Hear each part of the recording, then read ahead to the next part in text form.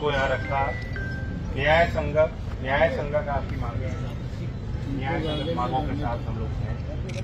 धैर्य से काम आपने लिया है अब तक, और आपको मैं यही कहने आया हूँ कि आप अकेले इसमें सिर्फ वही लोग नहीं है जो आपके इस भर्ती प्रकरण में जो पीड़ित अभिभावक पूरे प्रदेश भर के नौजवान जो बेरोजगारी के बड़े सवाल को लेकर चिंतित हैं, अपने भविष्य को बनाना चाहते हैं, सरकार के नीतियों से और कार्यप्रणाली से दुखी हैं।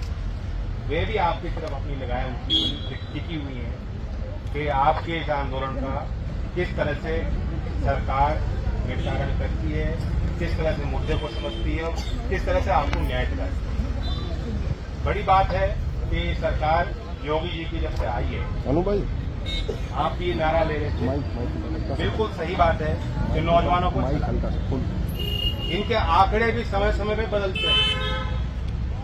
बीजेपी ने विधानसभा चुनाव में लोक संकल्प पत्र के नाम से अपने मैनिफेस्टो को जारी किया था और उसमें उन्होंने बीते 5 वर्ष जो उनकी सरकार करी थी उसके बारे में दावा किया था कि हमने 3 करोड़ नौजवानों को नौकरी।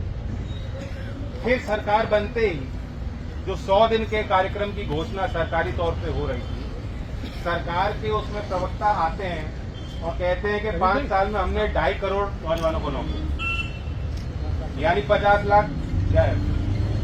आंकड़े इनको खुद मालूम नहीं। मार्च 2023 में प्रदेश के मुख्यमंत्री जी कहते हैं कि हमने अगले 3-4 साल में 2 करोड़ को नौकरी देने का हमने योजना प्लान हमारे पास है।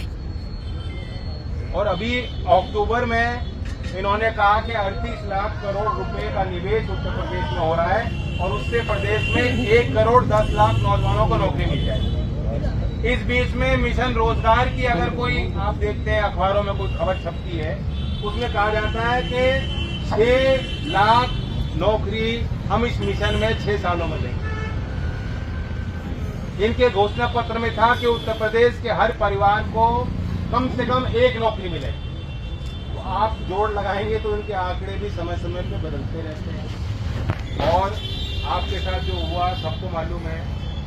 सही बात तो ये है कि जब पिछड़ा वर्ग आयोग में आप लोग गए, आप वो वर्ग हैं जो अपने हक को जानते हैं, अधिकारों को जानते हैं, उनके प्रति आप सचेत हैं और हर प्रयास आपने किया है यहाँ तक पहुंचने।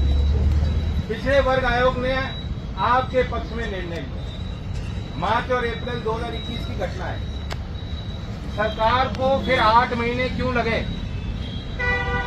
जानबूझकर अगर उनकी मंशा थी कि पिछड़ों के साथ हम न्याय करेंगे, अनुसूचित जात और जनजात के साथ हमें न्याय करना है, तो फिर 8 महीने जब राष्ट्रीय पिछड़ा आयोग ने आपके पक्ष में निर्णय ले लिया था कि अनियमितताएं हो रही हैं, 8 महीने तक फैसला क्यों नहीं? योगी जी ने भी कमेटी बनाई। सरकार में जब काम नहीं करना होता है तो कमेटी बनाई जाती है और उसकी मीटिंग ली जाती है, सरकारी खर्च से चाहे इसको खाया जाता है, किया जाता है और कटकी रहती है, कोई निष्कर्ष नहीं निकलता। अब वही आपके फैसले का हुआ।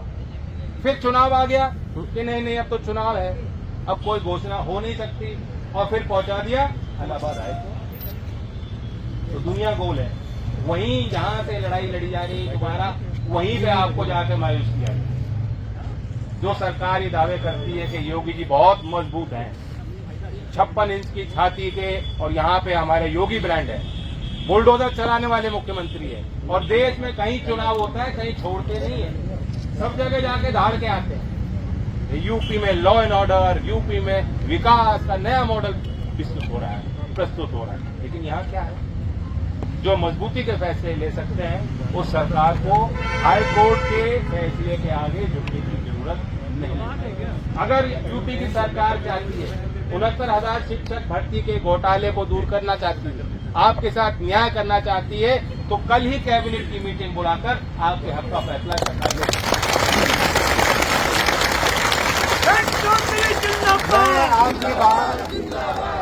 चौधरी जिंदाबाद।